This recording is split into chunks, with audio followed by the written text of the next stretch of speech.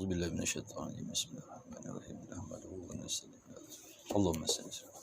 InsyaAllah tuan-tuan memberikan Allah SWT, pagi ini kita sambung lagi dengan pembacaan hadis-hadis Nabi SAW di dalam Fadilat Sedekah, ini dalam bab Silaturahim, hadis keempat.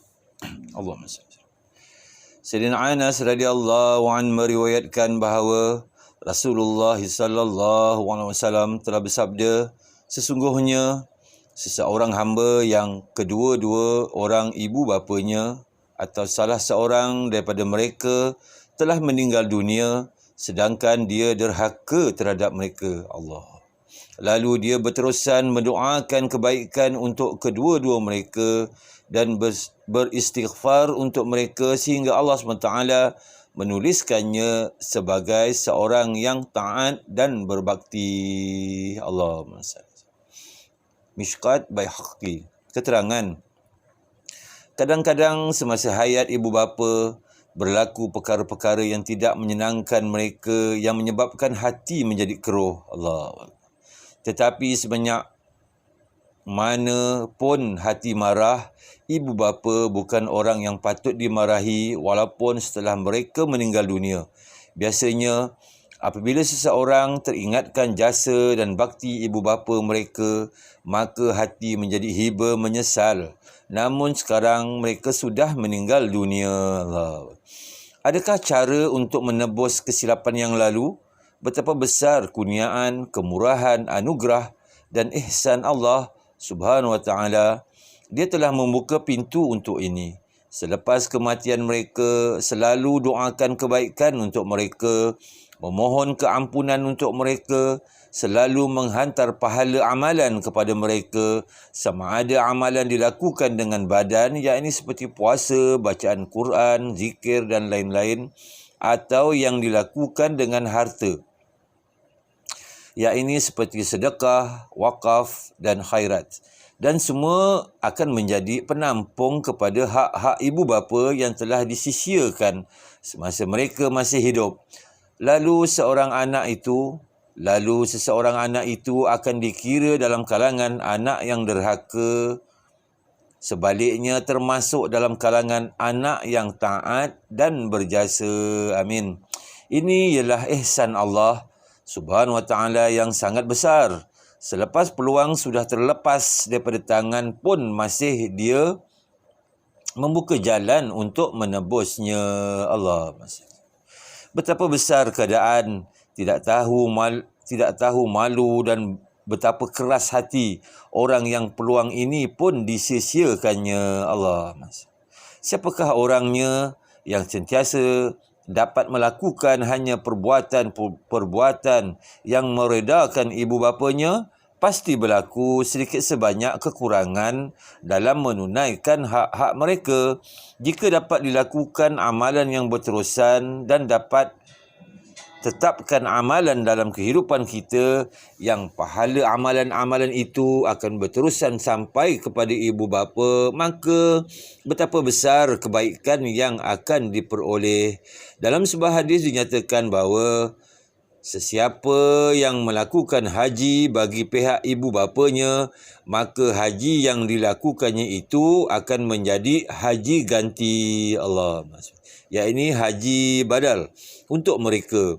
Roh mereka di langit akan diberi berita gembira tentang haji itu, dan anak itu akan dikira dalam kalangan anak yang taat dan berbakti walaupun sebelum itu dia ialah seorang anak yang derhaka. Allah. Dalam sebuah riwayat yang lain dinyatakan, sesiapa yang melakukan haji bagi pihak salah seorang daripada kedua-dua orang tuanya, maka untuk mereka akan diberikan pahala satu haji, dan untuk orang yang melakukan haji itu akan diberikan pahala 9 haji. Allah. Al-Ma'aini rahmatullah alaihi menukilkan sebuah hadis dalam syarah Bukhari. Sesiapa yang membaca doa di bawah ini dan kemudian berdoa, Ya Allah, sampaikanlah pahala doa ini kepada kedua-dua ibu bapa saya, maka dia telah menunaikan hak-hak mereka.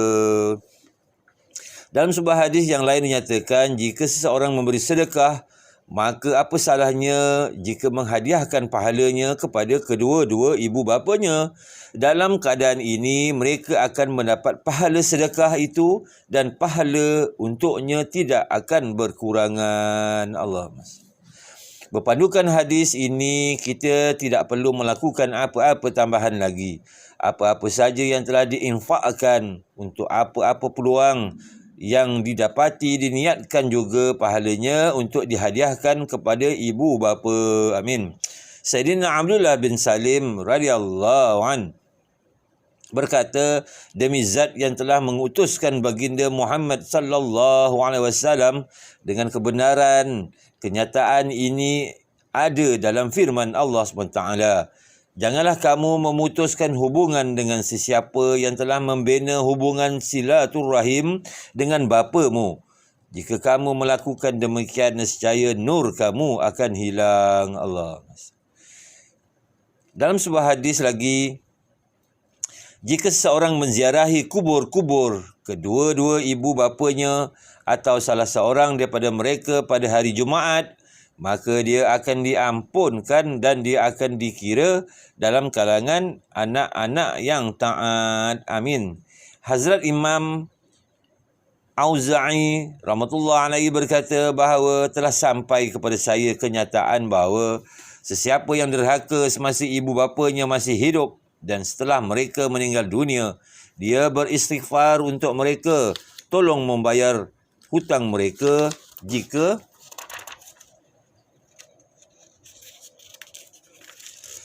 mereka ada meninggalkan hutang, tidak memburuk-burukkan mereka, maka dia akan termasuk dalam kalangan anak-anak yang taat. Amin.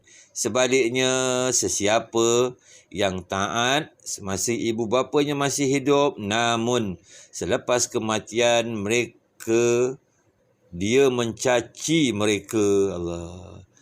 Namun selepas kematian mereka, dia mencaci mereka. Allah.